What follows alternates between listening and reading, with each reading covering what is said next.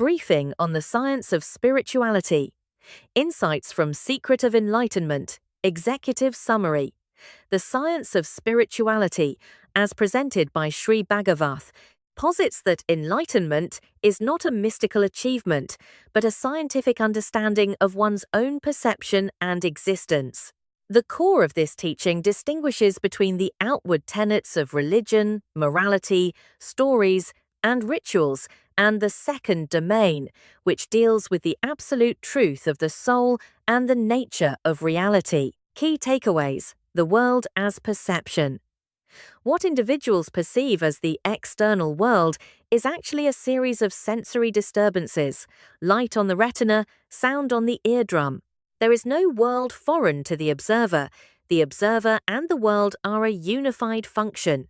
The illusion of I, the I or the thinker, is an imaginary shadow or a reverse vision created by thoughts and feelings.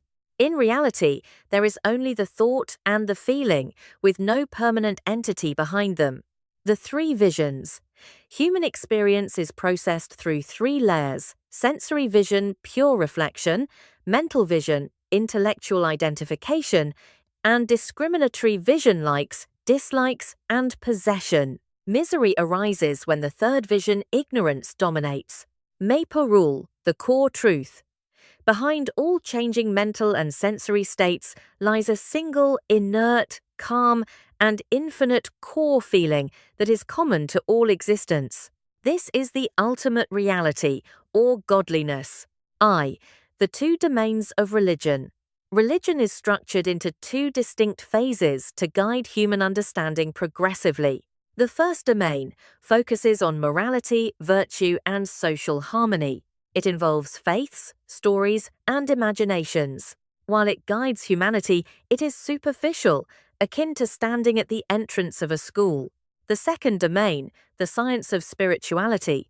This is the foundation of all religions.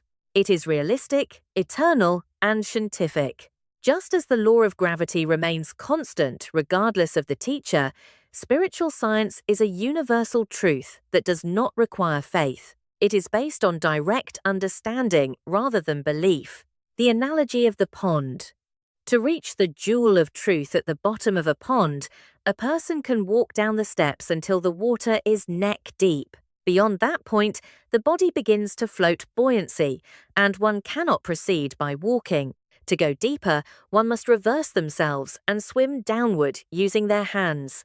Similarly, direct religious messages only go so far. Reaching the ultimate truth requires a reverse approach, moving from outward faith to inward activation. 2. The doctrine of Maya and the unified self. The concept of Maya illusion suggests that the world is unreal, but Sri Bhagavath clarifies that it is our perception that is the focus of this doctrine. Sensory perception versus reality. The senses do not understand objects directly, they understand the disturbances objects cause. Vision. Light causes a disturbance in the retina. Hearing. Sound causes a disturbance in the eardrum. Inference. We do not see a cuckoo. We identify a figure through sensory disturbance and infer it is a cuckoo. Because we only experience our own sensory perceptions, the functional world and the functional body are not different. The world is expanded from the self, and its center is the individual, the imaginary I. The intellect names objects to identify them and then names itself I. However, I is a shadow. The shadow analogy. Just as a tree's shadow might mistakenly believe it supports the tree, the I appears as a base for thoughts and feelings. The reality. There is the act of thinking, but no thinker. There is the act of feeling, but no person who feels. The I is an inverse appearance based on the memory of experiences. I3, time and the dream state human existence, is often split between the present, which is real, and a dream state, fueled by the past and future. Tense nature mode of understanding past, non-existent, finished, memory, thought. Future, non-existent, potential. Estimation, imagination. Present real, happening now, direct sensory perception. the conflict of understanding. While perception happens in the present, understanding that perception relies on the past, memory. Consequently, humans live in a half-real, half-dream state. We see the world through the curtain of the past, which prevents us from experiencing the pure present, IV. The three layers of vision. Sri Bhagavath identifies three layers of vision that occur almost simultaneously, though they are distinct. 1. Sensory vision, the first vision, nature. Pure scanning, mirror-like and innocent. Function, reflects whatever is in front of it. E.g., the eye sees a flower without naming it. Quality, divine and connected to Maypurul, truth. 2. Mental vision, the second vision, nature, intellectual and identification-based. Function, retrieves information from the memory warehouse to name the object A. G. This is a rose. Quality, pure intellect or enlightenment, Gnanam. 3.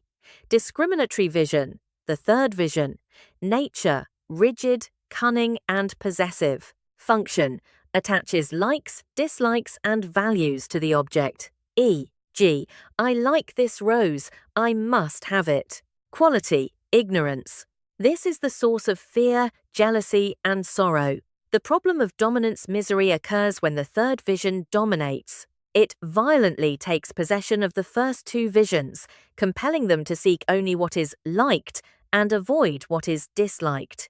V. Beyond ignorance, the path to Maypurul. The transition toward enlightenment involves understanding that effort and labor often contribute to the concealment of truth. The futility of effort, Maypurul, truth, is present here and now. It cannot be achieved or created through labor because it is already there. Effort is a movement of the third vision. When effort stops, truth reveals itself. The sixth sense.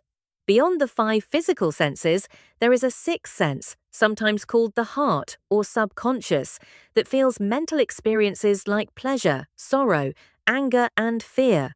Enlightenment is reached when all mental feelings are accommodated within the first sensory vision.